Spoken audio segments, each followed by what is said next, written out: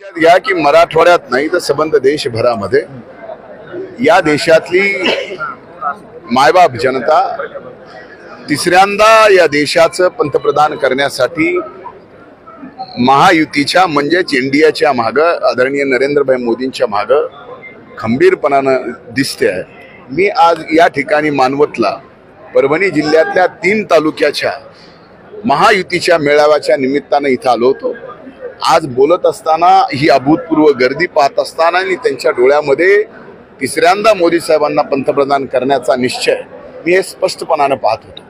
त्यामुळे नक्कीच आहे की 10 वर्षात सामान्य माणसापर्यंत अगदी शेवटच्या माणसापर्यंत ज्या योजना या सरकारने आणल्या दिल्या त्याचा फायदा आज होतोय आणि 10 वर्षामध्ये या देशाची प्रतिष्ठा जगभरामध्ये एवढी अभूतपूर्व मोदी साहेबांनी वाढवली याचा विश्वास सुद्धा या ठिकाणी जनतेच्या मनात दिसतोय। हेच एकंदर वातावरण आहे। महायुतीची उमेदवारी केव्हा कशा पद्धतीनं किती वेळेस आदरणीय पवार साहेबांच्या सोबत गद्दारी केलेली आहे याचा लेखाजोखा हे कदाचित आदरणीय पवार साहेबांना सुद्धा माहीत असेल। त्यामुळे गद्दारांनी गद्दारकीची भाषा करणं हे काही शोभत नाही।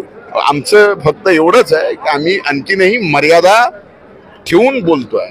मर्यादा ठेवून बाजूला ठेवून बोलायचं म्हणल्यावर त्या पद्धतीनं आम्हाला सुद्धा बोलता येऊ शकतं।